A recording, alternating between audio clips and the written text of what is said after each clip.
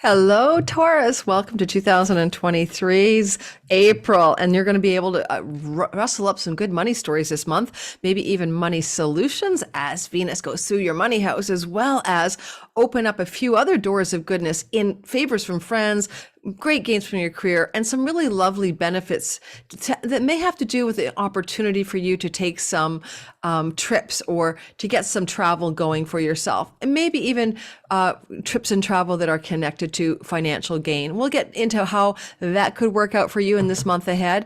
If you want to know who I am, my name is Lori Lothian. I am a whole sign house astrologer. I use the Western Tropical Zodiac. I love asteroids. Today we're going to talk mostly about planets. Everything you need to know about me and what I offer is in my description box below. Check it out. You might want to take my Sky Reader course in April. It's going to go for about 7 weeks, 6-7 weeks. I have to decide how long this one will be. And it's going to teach you how to be your own astrologer, time your best life. It's live. I'm in there with you. You might enjoy that. Replays available, etc. And everything else in my box below, like my Cosmic Moonshine newsletter, my Patreon community, where all my content from YouTube is ad-free, early access, and it's $5 a month. Check it out. Okay, so let's get going. First of all, Venus is very busy this month, and we're going to talk about her first because why? Venus is the Lord of your sign, and whatever she does, you should be paying attention to. She's like the most important planet for you because she is what we call the ruler of the chart, or maybe you can call her the helmsman, the helmswoman. She's a woman. Anyway, what is a woman? And as Venus is going through as Venus is moving through your chart in the month of merry month of April, she's going to leave Taurus. That's her home sign, which is your house, which is you, which is all about you. Always listen for your rising sign, Taurus. It's most accurate. But yes, sun and moon people too, you're feeling that.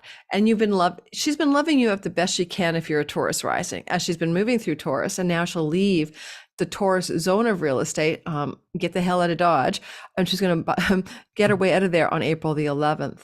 So April 11th to the end of the month, actually until the first week of May, she's moving through your money house. And this is really good for getting a raise, a promotion, doing the ask, being persuasive and communication. Your communication style is very seductive and charismatic. You can get what you want. Make the ask. The house of speech has got Venus in it.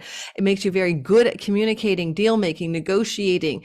And she's in this kind of place where she can make your face more attractive, or it's a perfect time for anything to do with facial beauty.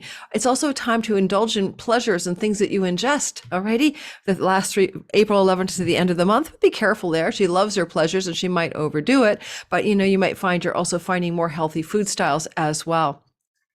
Especially with a stellium of planets such as Jupiter and the Sun in the month of April in your house of self-undoing and in a sextile to Venus can lead a lot of you to finally dump the vape, the overdoing it on the alcohol, the bad habits that you do at night, like too much, ice cream all in Netflix binges or something like that. That's really good for you this month to clean that part of your life up, Taurus.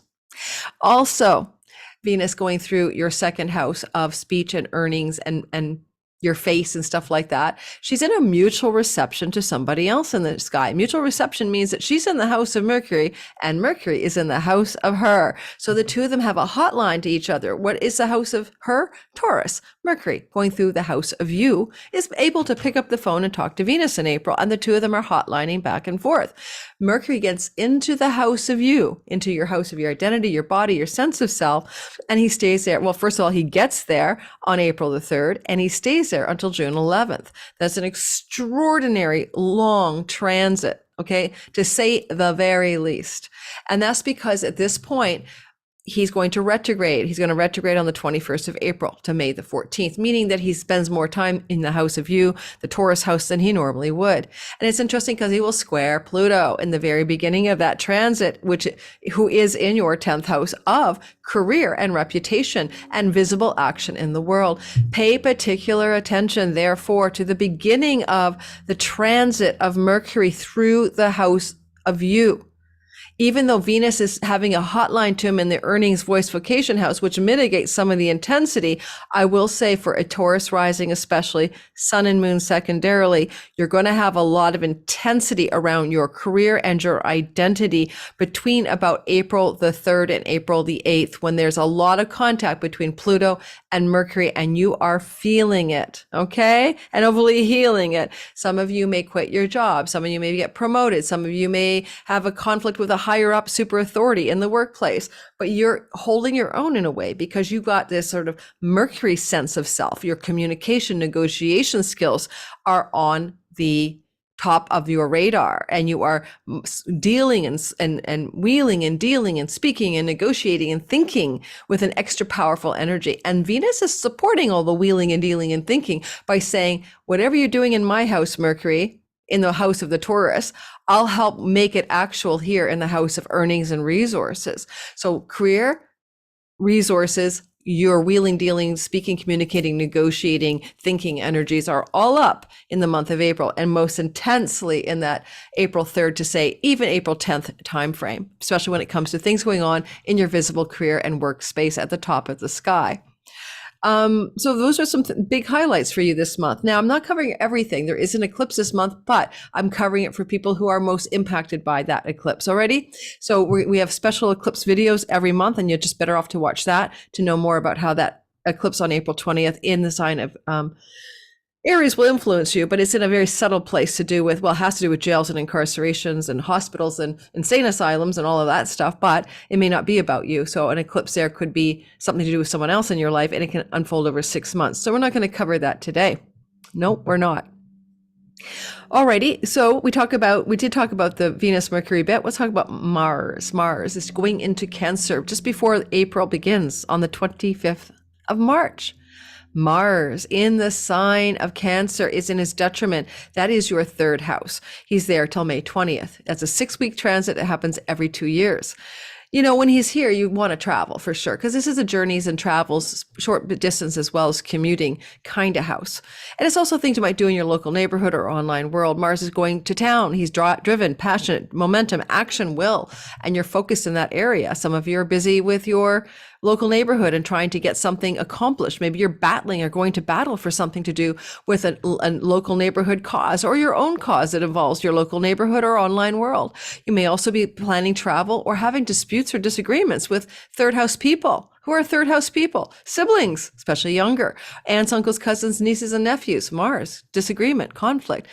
Watch for passive aggressive silent treatment stuff here because Mars is in his fall, meaning he's not doing the best he could do here because he's not in his good home sign, right? He's in the opposite of where he'd want to be, which is exalted in Capricorn in the 9th house. So there's some challenges during this time. Some trips and travel may have fallen away. Plans could fall apart. So just be careful. Don't book a ticket to travel anywhere on any kind of device without looking at whether you have a refund policy for you, Taurus rising especially.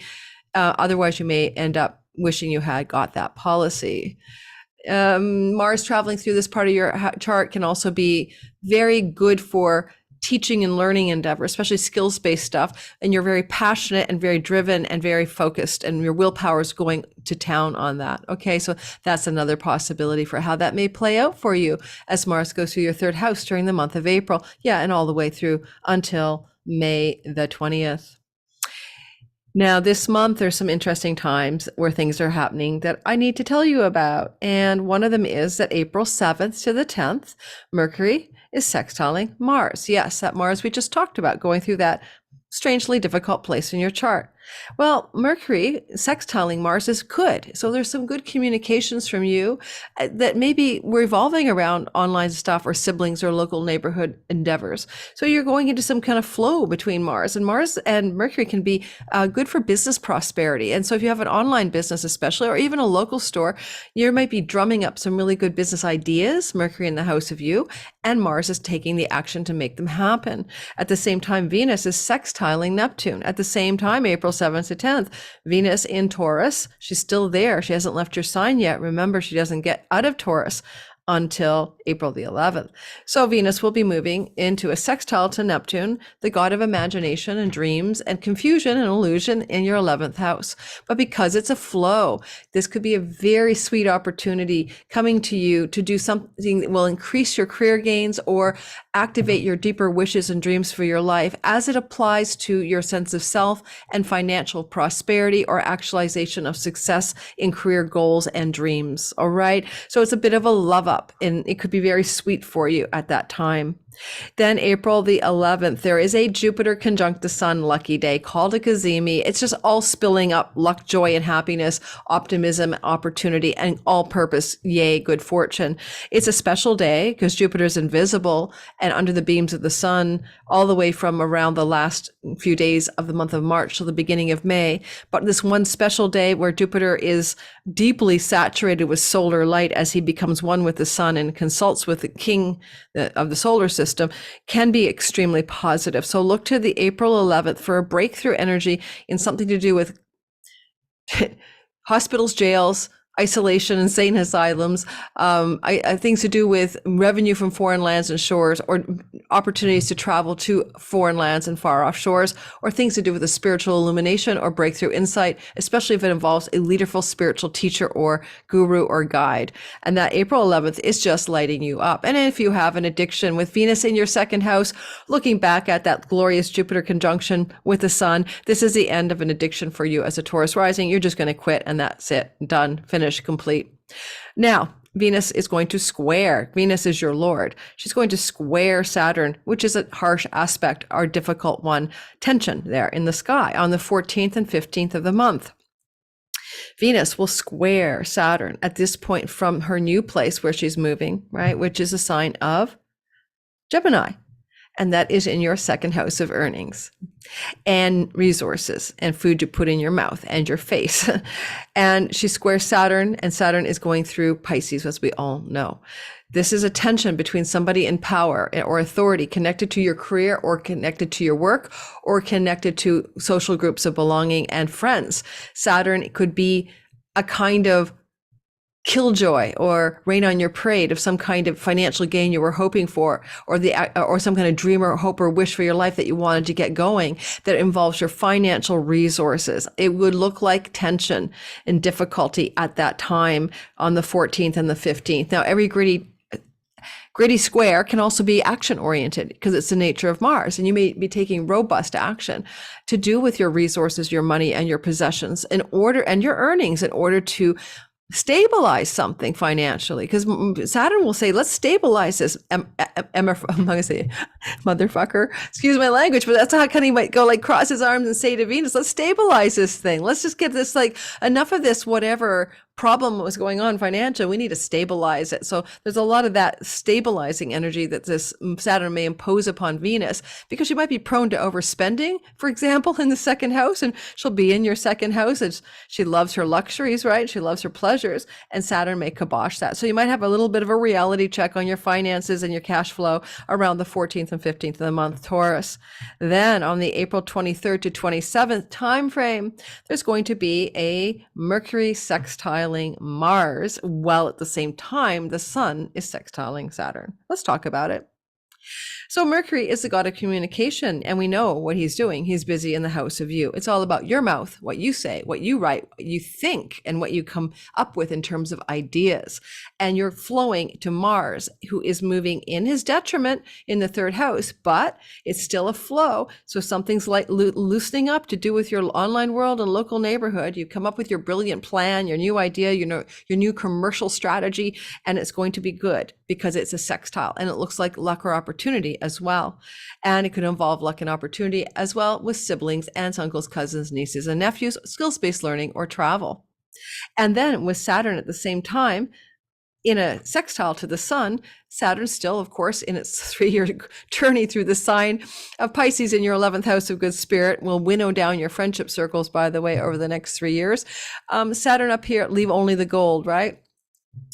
Saturn here is going to be talking to the sun. The sun is in Taurus, okay, around the 23rd to the 27th.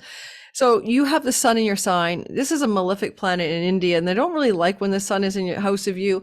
I don't know about that. I think that it's going to make you shine your soul light a little brighter as best you can in the world, and your deeper, truer purpose is going to be forefront to on your mind. So as the sun is going through the house of you, around the 23rd to 27th, there is tension there's flow with Saturn. Let me nutshell it. A favor from a friend in a high place that benefits your well-being, a breakthrough connection to a powerful boss or expert authority, person, Saturn in the 11th, in a larger social group setting that allows you to have some kind of self-definition, the sun, about who you are and what you wish to be accomplishing in the world. Okay, so that's a sweet, soft energy, and it could be a lucky break as well, to do with something to do with people in authority or power, even connected to work. Because don't forget, Pluto is testing the waters in your 10th house of career until June 11th, and that's going to be something to do with powering up to new levels of authority and power in your career. Now, there are other things happening this month, like that eclipse and like the moon, but we're not talking about it, and there's a reason why we're not doing it. We're not doing it because I do whole videos on that, and I go into great depth with the asteroids and the Sabian symbols. And if you want those kinds of deep video dives into your sign relevant to the eclipses and the moons and all of that this month of April, all you have to do is hit the like button, subscribe, and hit the bell for notifications, and you're off to the races. Thanks, Taurus. I'm wishing you the very, very best in April of 2023. Have a wonderful spring month, and let's see what happens for you guys. Ciao, ciao.